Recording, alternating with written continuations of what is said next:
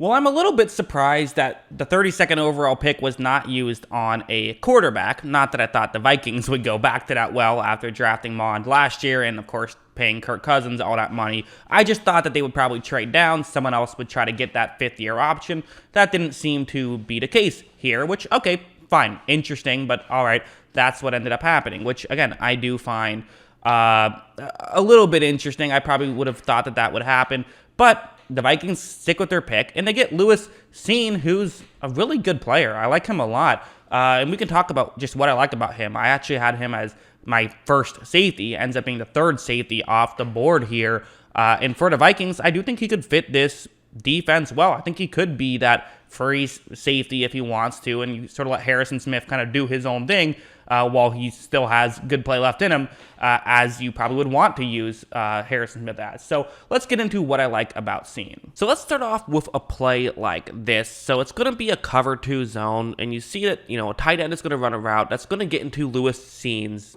zone. So he's, the guy who I've circled in white. His zone is the one that I've circled in white. It's the deep, basically, deep down the field to the offense's left.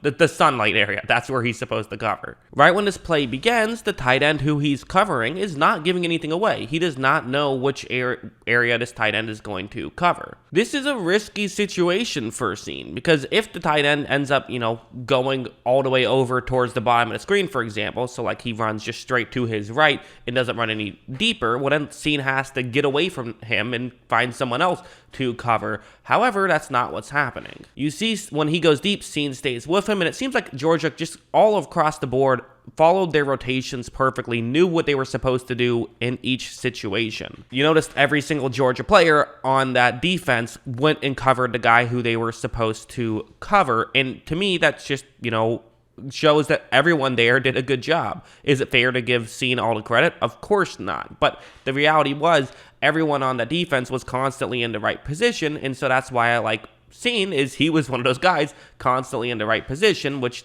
translates to the NFL level. At the end of the day, the goal of a safety is to be in the right position as often as possible, and he was often in the right position. Even on plays that might not look like it was a great play by him, I would still say it was. This one is an example of that. So it's going to be a cover 3 zone. He is not the deep safety here, so his area that he's supposed to cover is that white area. So the flat area towards the bottom of the screen is what you call that. Right when this play starts, you see how the receiver who was who he was lined up with starts running an underneath route, and you see Cine read this. So now he knows the situation. He knows there's only one receiver to the bottom of the screen, so closer towards the sideline.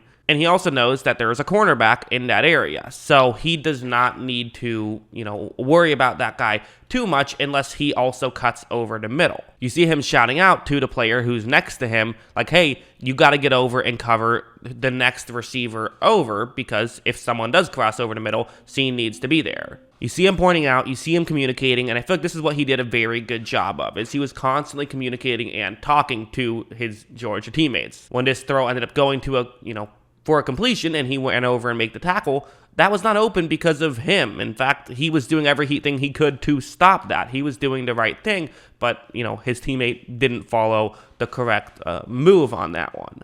But that was the exception. For the most part, they were all very good, and I almost never saw Cine out of position, and he was constantly helping other guys get in position, which is cool. Let's go over to this now. Let's talk about his run-stopping ability for a second, because listen, Lewis Cine, not the biggest of guys. He's only listed at 6'1", 200 pounds, so you do definitely wonder a little bit about, can he make tackles consistently? Will that body hold up? Well, it had no real issue at the college level, so let's get into some examples. On this play, you see how this blocking concept works, and because of this blocking concept, there are actually 2 unblocked players. It's 41 and then Lewis Cine, who is 16. Right when this play begins, you see how there's a wide open hole. So, hey, not something that would happen all the time at Georgia, but listen, there would be times when there's holes and he has to go fill up that hole. As you see, 41 does a great job of, getting into play, but Cine also does a good job himself of getting into the play and being able to make a tackle. Again, is this the most spectacular play you'll ever see? No. But was it a good play? Yeah, and at the end of the day, if you're bringing a guy to the ground, what's the difference? Now, you could argue, well, he might get hurt just because he has a smaller frame. That's possible, but still, on the field, he did a good job of this stuff. Like this one's going to be another one where I'll, highlight where he is on the field. He is right there. There's also the helpful arrow pointing to him. That always makes things easier when you're watching film that the all-22 footage guys put that there. But anyways, watch how this is going to be a run to the offense's left, and you see Cine crash in, and he is able to make a quick tackle and not give up too much yards on that play. So that's a much better example of what he can do when things are working. Like, he can come in and make a tackle. At the end of the day, you typically don't want your safeties to be making too many tackles. That's not something that you like. You want your safeties to be never making tackles. But, sometimes they're going to have to, and it's good to see that he can do it. One more, something like this. I do think it's worth mentioning, I haven't talked about his speed too much, but his speed is very good. He has 4.3 speed, and it shows up on tape. So the way this play works is it's going to be a screen pass. And typically on screen passes, you don't block the safeties. The idea is if the safety is coming in and making a tackle, then you have one. That's a good play, because typically that happens 10 yards down the field. But on this play, watch how you're going to see Cine be able to run up, and he's able to make a pretty good tackle. I mean, they still got 10 yards out of it, but that's just because the rest of the play was well blocked. Cine did a good job of allowing it to just be 10 yards and not, 15 or 20 yards, which, again, for tackling ability, that tends to be why that matters for a safety. So a guy who's constantly in the right position and makes tackles well and also has great speed, therefore great range. That's, a lot of good for Cine, and that's why I like him. And so, yeah, that's my thought on that. So, yeah, that's kind of my thought. There's been this talk about him being like a box safety, which I just don't see at all. To me, he seems clearly like a free safety type guy, and he's good in coverage. I think he is probably the most complete safety in this draft class. Maybe Brisker, a guy who was still on the board, you could argue as well, is a very complete safety in his own right. And then, obviously like someone like Hamilton is great at what he's great at and then has some flaws as well, which is why I have seen a little bit ahead of him.